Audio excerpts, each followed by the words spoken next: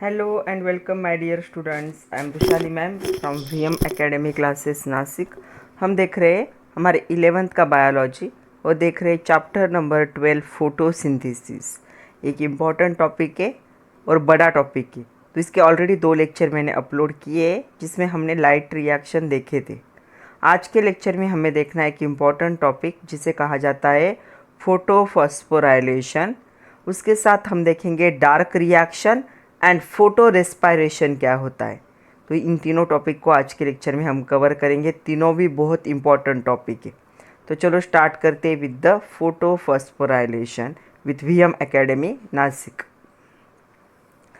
तो फोटोफॉस्फोराइलेशन क्या है? तो हमेशा क्वेश्चन कैसे आता है इस पे, व्हाट इज़ फोटोफॉस्फोराइलेशन. तो कैसे डिफाइन करोगे? Formation of ATP in the chloroplast in presence of light. जब एटीपी का फॉर्मेशन होगा या एटीपी का सिंथेसिस होगा, कहाँ पे? क्लोरोप्लास्ट के अंदर. कब? किसके प्रेजेंस में? लाइट के प्रेजेंस में. फोटो का मीनिंग होता है लाइट. तो लाइट के प्रेजेंस में जब ये प्रोसेस होगी तो इसे क्या कहा जाएगा? फोटोफॉस्फोराइलेशन. तो ये रिएक्शन कैसे होती है? जो एडीपी होगी, एडीपी के साथ इनऑर्गेनिक फॉस्फोरस क्या होता है?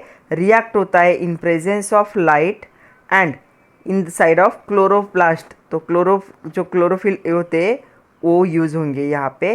और यहाँ पे एक जनरेशन होगा या सिंथेसिस होगा किसका? एटीपी का. एटीपी क्या होता है? एनर्जी का फॉर्म होता है. तो एटीपी का फॉर्मेशन क्लोरोप्लास्ट के अंदर प्रेजेंस ऑफ लाइट, इसे कहा जाएगा फोटोफॉस्फोराइलेशन. दूसरा क्वेश्चन है, ये आपके एक्सरसाइज का क्वेश्चन है. Describe the light dependent step of the photosynthesis. Light पे डिपेंड होने वाले फोटोसिंथेसिस के कौन से स्टेप है? How are they link to dark reaction. वो डार्क रिएक्शन से कैसे लिंक है? तो देखो, जो लाइट डिपेंडेंट स्टेप्स होते हैं वो कौन से होते हैं? Cyclic, non cyclic photophosphorylation. एक साइक्लिक होगा, मतलब स्टेप वाइज प्रोसेस होगी और लास्ट स्टेप पहले स्टेप से कनेक्टेड होगी. और दूसरा क्या होगा? नॉन साइक्लिक होगा. तो ये जो पहली स्टेप है वो लास्ट स्टेप से कनेक्टेड नहीं होगी. तो जो होता है illumination of the photo system 1. तो फोटो सिस्टम 1, फोटो सिस्टम 2 हम लास्ट लेक्चर में देख चुके. तो फोटो सिस्टम 1 जो होता है वो ये क्या करता है? इलेक्ट्रॉन को कॉज करता है, मतलब मूव करता है इलेक्ट्रॉन को कंटिन्यूअसली. कहाँ पे? Reaction centre of photo system 1 back to it. तो रिएक्शन सिस्टम जो होता है फोटो सिस्टम 1 का, वहाँ पे इलेक्ट्रॉन को कंटिन्यूअस क्या करते रहता है? ये मूव करता रहता है. The cyclic electron flow. ये इलेक्ट्रॉन का फ्लो क्या होता है? साइक्लिक होता है. ये क्या होगा? Accompanied by the photophosphorylation. तो ये क्यों होता है? कौन रिस्पॉन्सिबल है इसके लिए? फ्लो ऑफ इलेक्ट्रॉन के लिए. इसके लिए रिस्पॉन्सिबल है फोटोफॉस्फोराइलेशन ऑफ एडीपी. और इसका इल्ड प्रोडक्ट क्या होगा? एटीपी. तो हमने देखा एडीपी प्लस इनऑर्गेनिक फॉस्फोरस क्या बनाता है? एटीपी. यही रिस्पॉन्सिबल है किसके लिए? साइक्लिक इलेक्ट्रॉन के फ्लो के लिए. This term are called as the cyclic photophosphorylation. इसी को क्या कहा जाता है? साइक्लिक फोटोफॉस्फोराइलेशन कहा जाता है. ये जो प्रोसेस है ये इन्वॉल्व करती है ओनली पिगमेंट सिस्टम 1. तो ये सिर्फ एक पिगमेंट के सिस्टम को इन्वॉल्व करती है. फोटोलिसिस ऑफ वाटर होता है. फोटोलिसिस ऑफ वाटर मतलब लाइट के प्रेजेंस में वाटर का डिसोसिएशन, H+OH, और उसके साथ इलेक्ट्रॉन क्या होंगे? रिलीज होंगे. Consequent evolution of oxygen does not take place. यहाँ पे ऑक्सीजन का कॉन्सिक्वेंटली ऑक्सीजन का इवोल्यूशन नहीं होता. मतलब यहाँ पे क्या होगा? पिगमेंट 1 में फोटोलिसिस ऑफ वाटर होगा बट ऑक्सीजन का इवोल्यूशन नहीं होगा. मतलब ऑक्सीजन एटमॉस्फेयर में इवॉल्व नहीं होगा इस स्टेप में. तो देखो यहाँ पे दिखाया गया है साइक्लिक फोटोफॉस्फोराइलेशन. फोटो सेंटर 1 पे लाइट आएगी, सनलाइट नीचे से स्टार्ट होगा. ये सनलाइट जैसे ही क्लोरोफिल के फोटो सिस्टम 1 पे पड़ती है, ये क्या करता है? इलेक्ट्रॉन रिलीज करता है और एफआरएस को प्रोवाइड करता है. फिर एफआरएस क्या करता है? स्टेप वाइज उसी इलेक्ट्रॉन को फोटो सेंटर 1 को क्या करेगा? वापस भेजेगा. तो इसलिए इसे साइक्लिक कहा जाता है. तो ये एफआरएस जो होगा ये क्या करेगा? फेरोडॉक्सिन को इलेक्ट्रॉन देगा।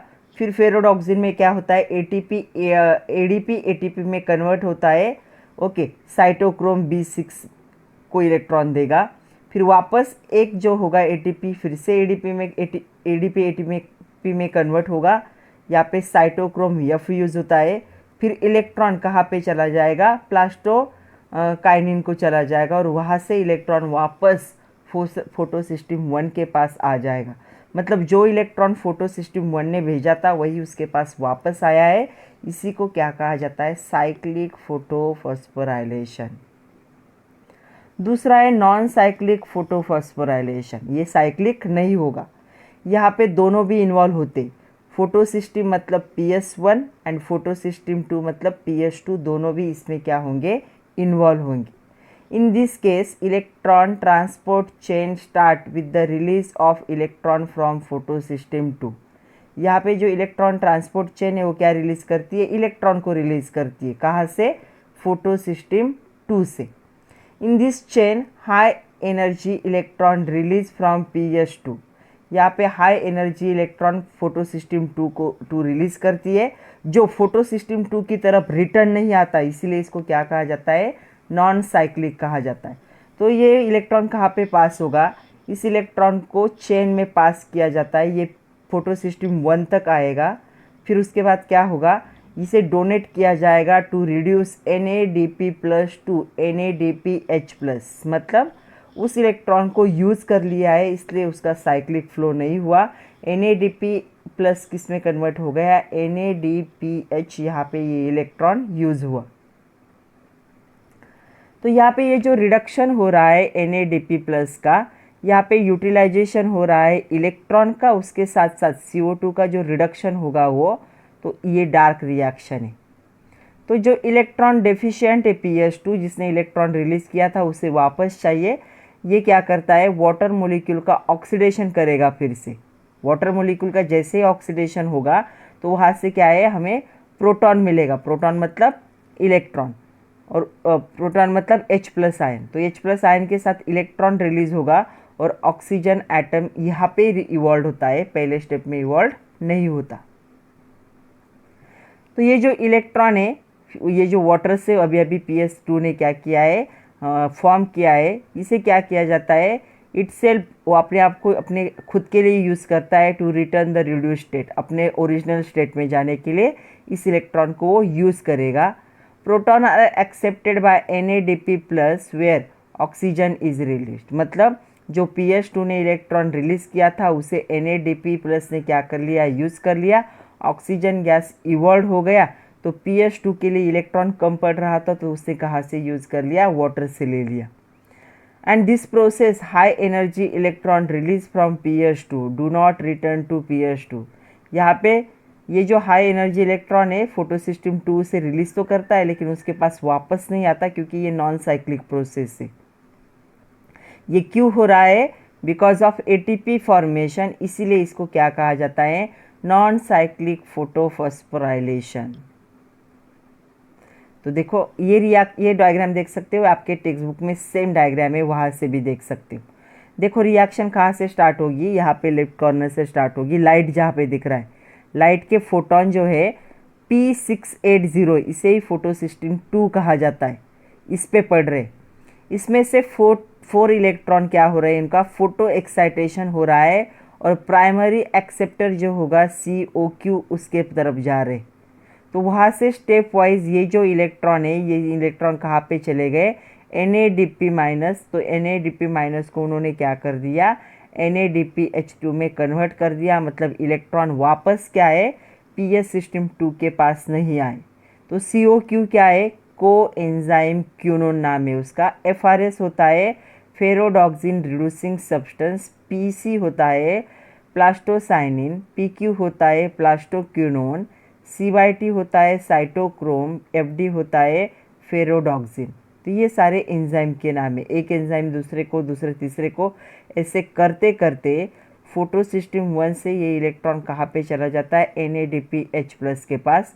तो वाटर क्या करता है, वाटर क्या करेगा, वाटर देखो कैसे रिलीज़ होगा, 4OH फॉर्म करेगा, O2 गैस हवा में रिलीज़ हो जाएगा और ये जो 4 OH के साथ 4 इलेक्ट्रॉन रिलीज होंगे उसे वापस फोटोसिस्टम 1 मतलब P680 क्या करेगा, यूज़ करेगा। नेक्स्ट क्वेश्चन है link between light dependent and dark reaction, दोनों के बीच में क्या लिंक है। The light reaction give rise to important product, light reaction के दो इम्पॉर्टेंट प्रोडक्ट है। पहला यहाँ पे होता है reducing agent NADPH2 and energy rich compound ATP यहाँ पे फॉर्म होता है। बहुत जगह पे क्या होगा, utilisation in dark phase photosynthesis, ये दोनों भी डार्क फेज फोटोसिंथेसिस में यूजफुल होते हैं लाइट रिएक्शन के प्रोडक्ट। तो ATP एंड NADPH मोलिक्यूल जो होंगे इनका फंक्शन क्या है, ये व्हीकल का काम करते हैं to transfer energy of sunlight into the dark reaction. तो दोनों मिलके क्या करेंगे, जो सनलाइट है उस सनलाइट को डार्क रिएक्शन तक पहुंचाते। ओके, और यहाँ पे क्या होता है, the reaction leaving to carbon fixation, यहाँ पे कार्बन का फिक्सेशन भी होता है। In this reaction CO2 is reduce carbohydrate, इसी रिएक्शन में कार्बन डाइऑक्साइड का रिडक्शन होता है कार्बोहाइड्रेट में। During dark reaction ATP and the NADPH are transferred into ADP, IP, NADP which are transferred to the grana in which light reaction take place. तो यहाँ पे dark reaction से ATP और NADPH को क्या किया जाता है, यहाँ पे ट्रांसफर किया जाता है। कौन से फॉर्म में, उल्टे फॉर्म में। ADP और इनऑर्गेनिक फॉस्फोरस फॉर्म होगा और NADPH किस में कन्वर्ट हो जाएगा, NADP प्लस में, और इनको वापस लाइट रिएक्शन में क्या किया जाएगा, ग्रेना जो होता है, मतलब ग्रेना मतलब एक लीफ का पार्ट होगा, उस पार्ट में इसे ट्रांसफ़र किया जाता है। नेक्स्ट क्वेश्चन, साइक्लिक और नॉन साइक्लिक फोटोफॉस्फोराइलेशन में क्या डिफरेंस है, ये आपके एक्सरसाइज का क्वेश्चन है। तो साइक्लिक में क्या होता है, electron emitted by chlorophyll return हो जाता है क्लोरोफिल के पास, सेम इलेक्ट्रॉन। नॉन साइक्लिक में क्या होता है, electron emitted by chlorophyll does not return back to it, इसे कहाँ से इलेक्ट्रॉन लेना पड़ता है, फिर वाटर से लेना पड़ता है। यहाँ पे फर्स्ट इलेक्ट्रॉन को कौन एक्सेप्ट करता है, FRS एक्सेप्ट करता है साइक्लिक में, और यहाँ पे कौन एक्सेप्ट करता है, COQ एक्सेप्ट करता है, ये दोनों भी एंजाइम है। नेक्स्ट देखो, यहाँ पे कौन सा फॉर्म होता है, ATP होता है, यहाँ पे NADPH2 ATP दोनों भी फॉर्म होते। It does not involve photolysis of water, cyclic को फोटोलिसिस वाटर करने की ज़रूरत ही नहीं पड़ती क्योंकि इलेक्ट्रॉन क्या होता है, वापस उसके पास आ जाता है। नॉन साइक्लिक में क्या है, इलेक्ट्रॉन वापस नहीं आता, इसलिए इलेक्ट्रॉन्स के लिए ये क्या करता है, फोटोलिसिस ऑफ वाटर। नेक्स्ट देखो,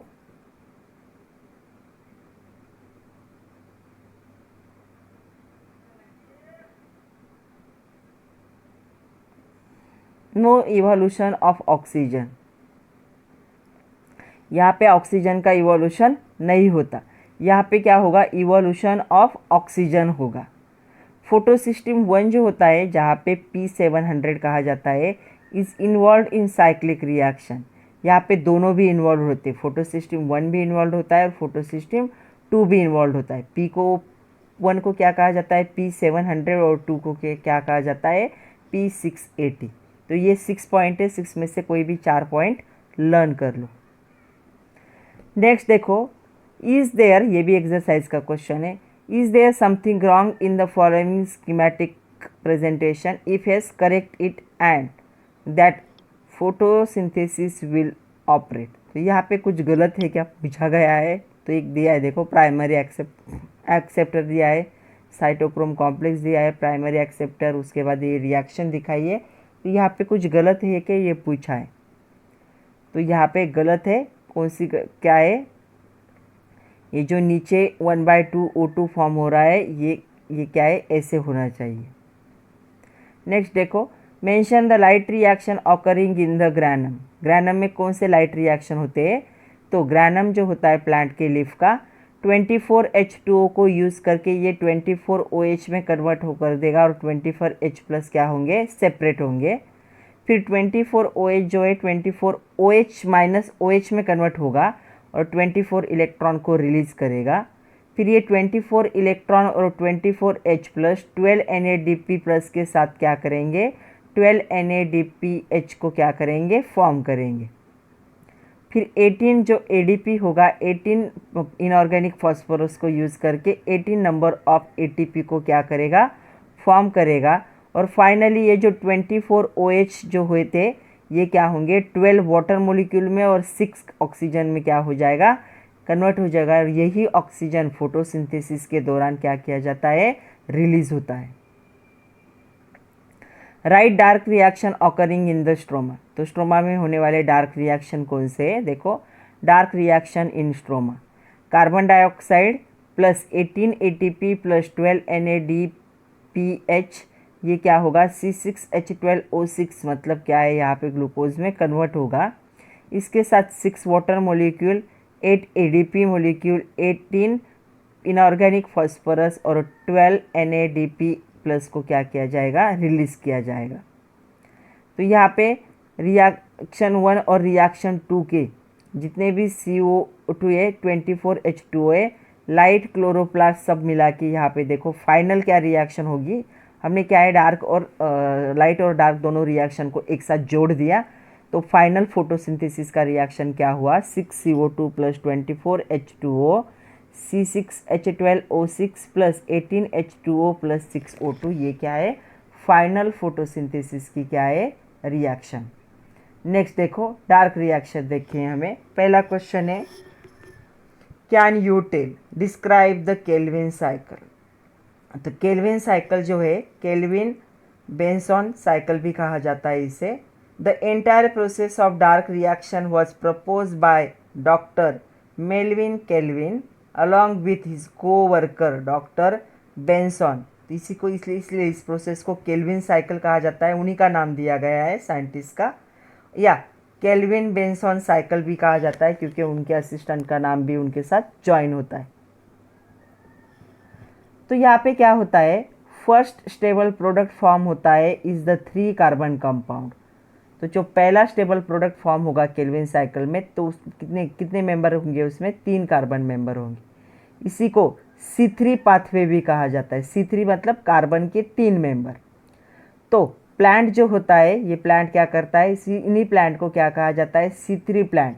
जो प्लांट क्या करेंगे, केल्विन साइकिल के टाइम पे स्टेबल 3 कार्बन वाला प्रोडक्ट बनाते हैं, उसे C3 पाथवे कहा जाता है और ऐसे प्लांट को C3 प्लांट कहा जाता है। तो केल्विन ने क्या किया था, एक एक्सपेरिमेंट कैरिड आउट किया था ऑन यूनिसेलुलर ग्रीन अलगी, जिसे क्लोरेला कहा जाता है। तो उन्होंने क्या किया, यहाँ पे रेडियो एक्टिव कार्बन को यूज़ किया, कार्बन 14 को। ओके, ये की बहुत ट्रेस अमाउंट पे प्रेजेंट है एटमॉस्फेयर में। तो आइसोटोप होते आपको पता होगा, तो कार्बन का ऐसा आइसोटोप है जो बहुत रेयर, मतलब एटमॉस्फेयर में ज़्यादा मिलता नहीं है। It is also called synthesis phase और the second phase of photosynthesis. इन्होंने जो एक्सपेरिमेंट किया था इसी को क्या है, सिंथेसिस फेज कहा जाता है या सेकंड फेज कहा जाता है फोटोसिंथेसिस का। तो Calvin cycle consist of 3 phase. तो 3 फेज होते हैं, वो कौन से है और हर फेज के हमें सिग्निफिकेंट बताने। तो केल्विन साइकिल के 3 फेज होंगे। पहला फेज होगा कार्बोक्सिलेशन फेज।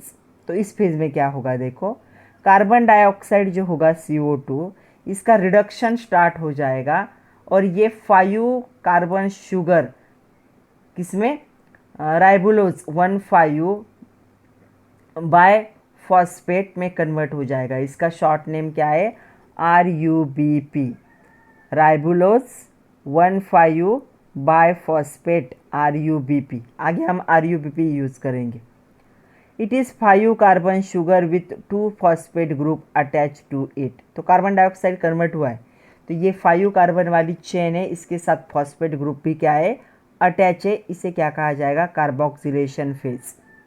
तो यहाँ पे RUBP रिएक्ट होता है कार्बन डाइऑक्साइड के साथ और यहाँ पे अनस्टेबल 6 कार्बन वाली इंटरमीडिएट बनता है। ये इंटरमीडिएट है क्योंकि फाइनल चेन तो 3 कार्बन की, तो ये बनती है इन प्रेजेंस ऑफ रुबिस्को।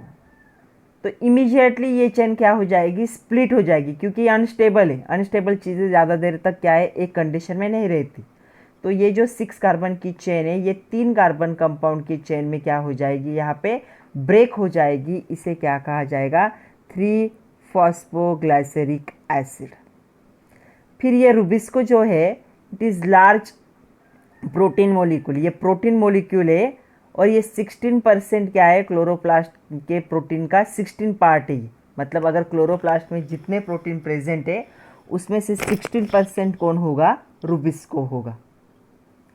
दूसरी स्टेज है यहाँ पे ग्लाइकोलाइटिक रिवर्सल। तो ग्लाइकोलाइटिक रिवर्सल में क्या होगा, देखो या पहले फॉर्म में क्या हुआ, 3-फॉस्फोग्लिसरिक एसिड क्या हुआ, फॉर्म हुआ। तो ये जो फॉर्म हुआ है ये क्या हो जाएगा, one three diphosphoglyceric acid by utilizing ATP molecule. तो ये इस फॉर्म में कन्वर्ट होगा एटीपी को यूज़ करके। These are then reduce to glyceraldehyde three phosphate जिसे 3-PGA कहा जाता है by NADPH supply by sunlight reaction photosynthesis. तो ये जो है अलग फॉर्म में कन्वर्ट हो गया PGA के फॉर्म में, जब इस पर क्या है, फोटोसिंथेसिस मतलब लाइट रिएक्शन हुई तब। In order to keep Calvin cycle continuous running there must be significant number of RUBP। ये जो प्रोटीन है ये सिग्निफिकेंट नंबर में होने चाहिए, तभी ये प्रोसेस क्या है, कंटिन्यू हो सकती है। और इसमें रेगुलर सप्लाई होना चाहिए ATP एंड NADPH का, तभी ये प्रोसेस पॉसिबल है। Out of 12 molecule of the three phosphoglyceraldehyde 2 molecules are used for the synthesis and 1 glucose molecule. तो यहाँ पे जो 12 मोलिक्यूल बनते हैं उनमें से 3 मोलिक्यूल क्या होंगे, यहाँ पे जो होता है फॉस्फोग्लिसराल्डिहाइड के 3 मोलिक्यूल में से 2 मोलिक्यूल यूज़ होते हैं ग्लूकोज के सिंथेसिस में। फिर होता है रीजनरेशन ऑफ RUBP, जो यूज़ हो चुका है उसका क्या होगा, रीजनरेशन होगा। जो 10 मोलिक्यूल्स होंगे 3-फॉस्फोग्लिसराल्डिहाइड के, वो यूज़ होंगे for regeneration of 6 molecule of RUBP at the cost of 6 ATP। और इन 10 मोलिक्यूल को यूज़ करके क्या बन जाएगा, यहाँ पे 6 मोलिक्यूल ऑफ RUBP बन जाएगा।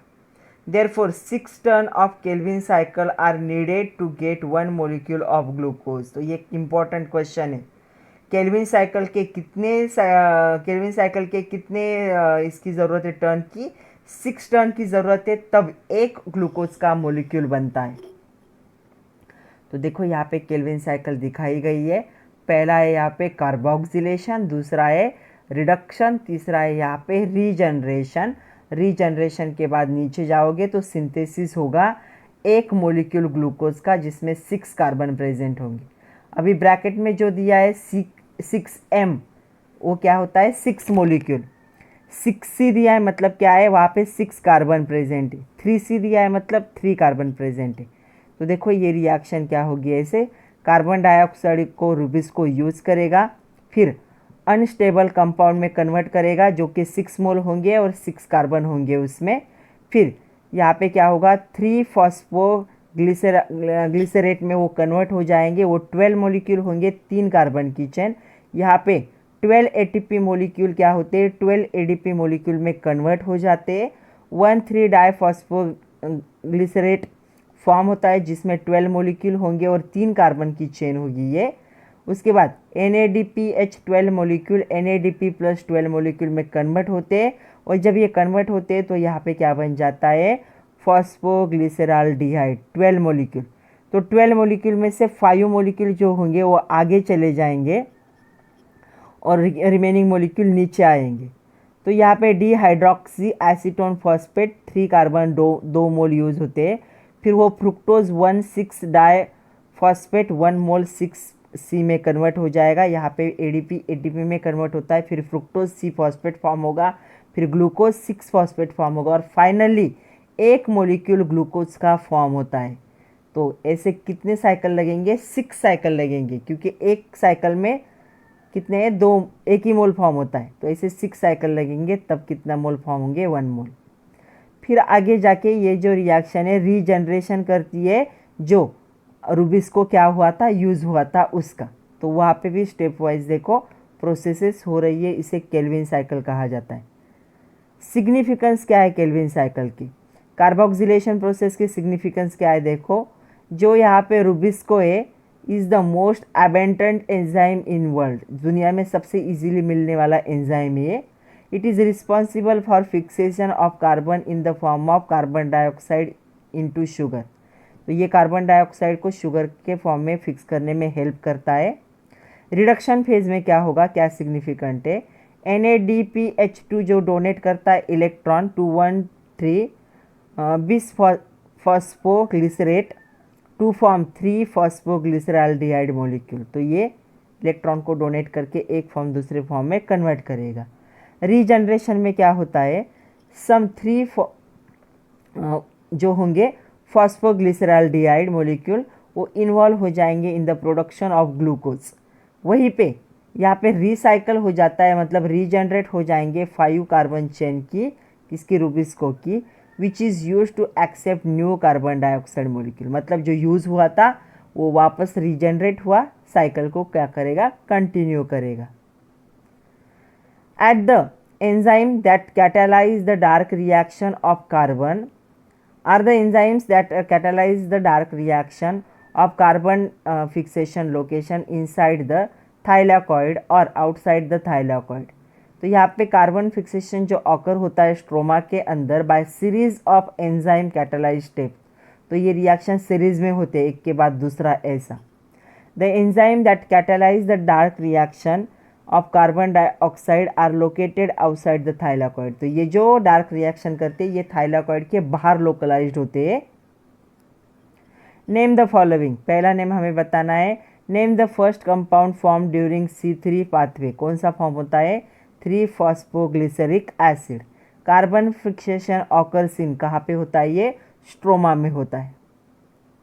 नेक्स्ट है, what does the reaction take place, where does the reaction take place, 6CO2 18 ATP 12 NADPH2 C6H12O6 6H2O 18 ADP 18 PI 12 NADPH plus. तो ये रिएक्शन क्या होती है, क्लोरोप्लास्ट के स्ट्रोमा में होती है। नेक्स्ट देखो, who discover the carbon fixation pathway, how the pathway study. तो जो कार्बन फिक्सेशन पाथवे है डार्क रिएक्शन का through intermediate compound leading formation of sugar, इसे केल्विन और उनके एक कोवर्कर बेंसॉन ने क्या किया था, डिस्कवर किया था, और इसे कार्बन फिक्सेशन पाथवे कहा जाता है। ये जो पाथवे है कार्बन का, इसे स्टडी किया जाता है with the help of radio active tracer taking using the chlorella. तो यहाँ पे कार्बन 14 को यूज़ किया जाएगा। तो ये जो होगा ग्रीन अलगी रेडियो एक्टिव CO2, यहाँ पे कार्बन क्या होगा 14, जो कि ट्रेस अमाउंट में एटमोसफेयर में प्रेजेंट है। With the help of radioactive carbon, it becomes possible to trace the intermediate step of fixation। तो रेडियो एक्टिव कार्बन को ट्रेस किया जा सकता है, इसीलिए इंटरमीडिएट स्टेप को भी यहाँ पे ट्रेस किया जा सकता है पाथवे के। Can you tell, summarise the photosynthesis reaction. तो C6CO2 + 12H2O C6H12O6 CO2 + H2O, ये क्या है, समराइज फोटोसिंथेसिस रिएक्शन है। तो फोटोसिंथेसिस रिएक्शन एक्चुअल क्या है, 2 स्टेप प्रोसेस है। The light dependent reaction convert into light energy and the sunlight को क्या करेंगे, केमिकल एनर्जी में कन्वर्ट कर देंगे। एंड जो लाइट इंडिपेंडेंट रिएक्शन होंगे वो क्या करेंगे, कन्वर्ट करेंगे केमिकल एनर्जी को इन the form of carbohydrate, that is C6H12O6। तो 2 रिएक्शन है, light reaction and the dark. Light reaction क्या करते हैं, सनलाइट को केमिकल एनर्जी में कन्वर्ट करते हैं, और डार्क रिएक्शन क्या करेंगे, केमिकल एनर्जी को कार्बोहाइड्रेट में मतलब C6H12O6 में कन्वर्ट कर देंगे। लाइट डिपेंडेंट रिएक्शन क्या है, light is absorb by the chlorophyll which results in the production of ATP। तो लाइट जो एब्सॉर्ब होती है उसे कौन यूज़ करता है, क्लोरोफिल यूज़ करता है, कहाँ पे, ATP के प्रोडक्शन में। Photolysis of water produce oxygen and hydrogen. Photolysis of water क्या करता है, ऑक्सीजन और हाइड्रोजन को रिलीज करता है। Hydrogen and ATP are used in light independent reaction, and oxygen क्या होता है, रिलीज होता है from the stromata into atmosphere. Light independent reaction में क्या होगा, ATP and hydrogen are transport to the site of light independent reaction. दोनों को लाइट इंडिपेंडेंट रिएक्शन के सेंटर पे भेजा जाता है। Hydrogen is combined with carbon dioxide to form complex organic compound. यहाँ पे हाइड्रोजन कार्बन डाइऑक्साइड के साथ रिएक्ट होकर एक कॉम्प्लेक्स कंपाउंड बनाता है। ATP provide required energy to power the anabolic reaction and fix the carbon molecule. तो ATP यहाँ पे प्रोवाइड की जाती है एनर्जी के फॉर्म में, जो एनाबॉलिक रिएक्शन करेगी और कार्बन मॉलिक्यूल को फिक्स करेगी। फोटो रेस्पायरेशन क्या होता है? When does photo respiration occur? Photo respiration occur under the condition like high temperature, bright light, high oxygen and the low carbon dioxide concentration. तो ये photo respiration के condition है। क्या होना चाहिए? हाई टेम्परेचर होना चाहिए, ब्राइट लाइट होना चाहिए, हाई ऑक्सीजन का कंटेंट होना चाहिए और लो कार्बन डाइऑक्साइड का कंटेंट होगा, तो फोटो रेस्पायरेशन होता है। फोटो रेस्पायरेशन मतलब respiration in presence of light, bright light. It is the wasteful process link with C3 cycle. तो ये एक वेस्ट प्रोसेस है, where instead of fixation of CO2 it is given out. तो यहाँ पे CO2 के fixation की जगह पे वो क्या होता है? रिलीज होता है फोटो रेस्पायरेशन में, इसलिए एक वेस्ट प्रोसेस है ये। Diagrammatically explain the process of the photo respiration. तो फोटो रेस्पायरेशन का मैकेनिज्म है, इट इन्वॉल्व 3 ऑर्गेनेल क्लोरोप्लास्ट, उसके बाद peroxisome and mitochondria, and it occurs in series of cyclic reaction also called as PCO, photosynthetic carbon cycle भी कहा जाता है।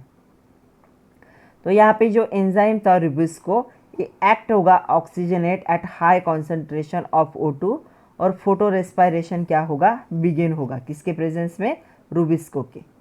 तो यहाँ पे जो RUBP होगा रिएक्ट होगा ऑक्सीजन के साथ, ऑक्सीजन के साथ रिएक्ट होना चाहिए था ये, बट ये किसके साथ रिएक्ट होता है? कार्बन डाइऑक्साइड के साथ, और क्या करेगा? 3 कार्बन कंपाउंड फॉर्म करेगा PGA और 2 कार्बन कंपाउंड फॉस्फोग्लाइकोलेट भी फॉर्म होगा। ये जो फॉस्फोग्लाइकोलेट होगा ये कन्वर्टेड हो जाएगा ग्लाइकोलेट में, और ये क्या होता है? शटल आउट होता है क्लोरोप्लास्ट इनटू द पेरोक्सिसोम्स। तो ये पेरोक्सिसोम्स में कन्वर्ट हो जाएगा। फिर ये पेरोक्सिसोम जो होगा glycolate is converted into the glyoxylate में कन्वर्ट हो जाएगा। तो यहाँ पे कौन सा एंजाइम यूज़ होता है? ग्लाइकोलेट ऑक्सीडेज एंजाइम यूज़ होता है। तो यहाँ पे जो ग्लाइकोलेट होगा फर्दर कन्वर्ट हो जाएगा अमाइनो एसिड में glycine by the transamination process. Mitochondria में क्या होगा? 2 मॉलिक्यूल ग्लाइसिन के कन्वर्ट हो जाएंगे इनटू सेरिन, तो अमाइनो एसिड भी कहा जाता है उसे, एंड CO2 में, और यही क्या होते? गिवन आउट होते। तो यहाँ पे 20% फोटोसिंथेटिकली फिक्स्ड कार्बन। तो यहाँ पे फोटोसिंथेटिकली जितना कार्बन फिक्स होता है उतना 25% यहाँ पे ही लॉस्ट हो जाता है। Serine is transported back to the peroxisomes and convert into the glycerate, वापस कन्वर्ट हो जाएगा, और जो शटल बैक द क्लोरोप्लास्ट वो वापस क्या होगा? बैक हो जाएगा फॉस्फोराइलेशन में एंड यूटिलाइज करेगा 3 PGA को and it get utilise in C3 pathway. तो यहाँ पे देखो, यहाँ पे आपको देखेगा माइटोकॉन्ड्रिया, पेरिक्सोसोम और क्लोरोप्लास्ट में अलग अलग रिएक्शन होते हैं, और जितना भी फिक्सेशन हुआ था 25% ये इसे यूज़ कर लेता है, इसलिए एक वेस्टफुल प्रोसेस है। यहाँ पे देखो अच्छे से दिखेगा, यहाँ पे O2 यूज़ होना चाहिए था, बट क्या यूज़ होता है? कार्बन डाइऑक्साइड यूज़ होता है। Distinguish between respiration and photo respiration. Respiration is the aerobic and anaerobic organism करते हैं। फोटो रेस्पायरेशन कौन करेंगे? ग्रीन प्लांट करेंगे।